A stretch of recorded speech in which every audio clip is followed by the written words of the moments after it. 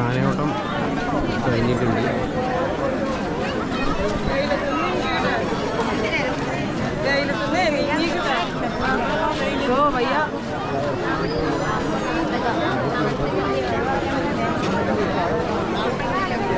ആനയോട്ടത്തായി കാണുന്നവരുണ്ടല്ലോ. ഒരു 5 മിനിറ്റത്തെ പരിപാടി ചെയ്ത് പെട്ടെന്ന് കഴിഞ്ഞ്.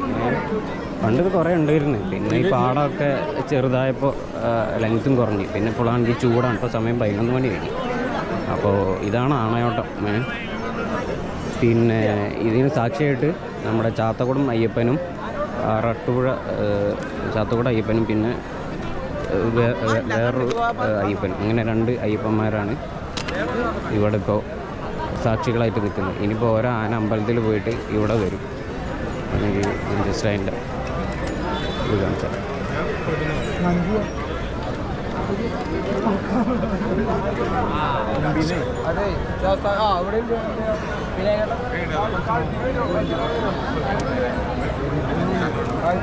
ഇതല്ലേ ചാത്തക്കുടം? പുറത്തുള്ളതാ അത് ആറാട്ടുപുഴ. അപ്പോൾ ചാത്തക്കുടം അയ്യപ്പനും ആറാട്ടുപുഴ അയ്യപ്പനും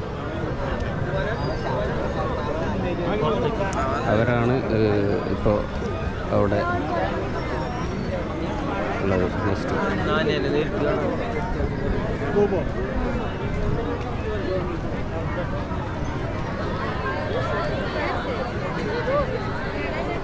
അതായത് ആറാട്ടുപുഴ അയ്യപ്പൻ ക്ഷണിച്ചിട്ടാണ് എല്ലാ പൂരങ്ങളും നടക്കുന്നത്.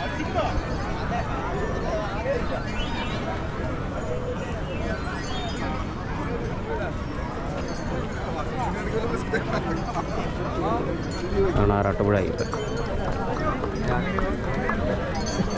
മുമ്പേക്ക് നിൽക്കുന്ന കാഴ്ചയാണ്.